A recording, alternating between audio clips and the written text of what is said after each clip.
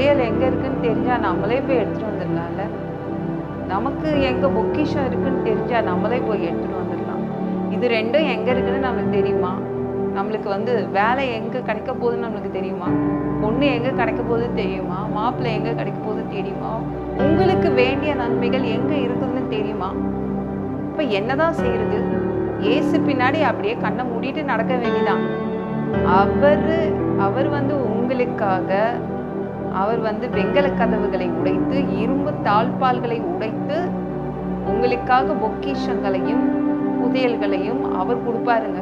அவர் வேலை கொடுப்பாரு. அவர் உங்களுக்கு வேண்டிய நன்மைகளை கொடுப்பாரு. அவர் கல்யாணம் பண்ணி வைப்பார். அவருக்கு தெரியும் எங்க இருக்குதுன்னு. அவர் பின்னாடி போங்க. அவர் உடைச்சு கொடுப்பார். தடைகளை உடைச்சு கொடுப்பாரு. நீங்க பொக்கிஷங்களையும் புதையல்களையும் மல்லிக்கோங்க, எடுத்துட்டு வந்துடுங்க. நமக்கு தெரியுமா எங்க இருக்குன்னு? தெரியாது. அது மனித அறிவு. நமக்கு இருக்கிறது மனித அறிவு. அதனாலதான் தேவன் வரேன்றாங்க. உங்க தடைகளை உடைப்பதற்காக தேவன் தான் வருவார். நமக்கு தேங்காய உடைக்க தெரியுங்க. கோவப்பட்டா பாத்திரத்தை டம்மு டம்முன்னு போட்டு உடைப்போம் இல்ல. தேவன் வந்துட்டாருன்னா உங்க தடைகள் உடை தெரியப்படும்.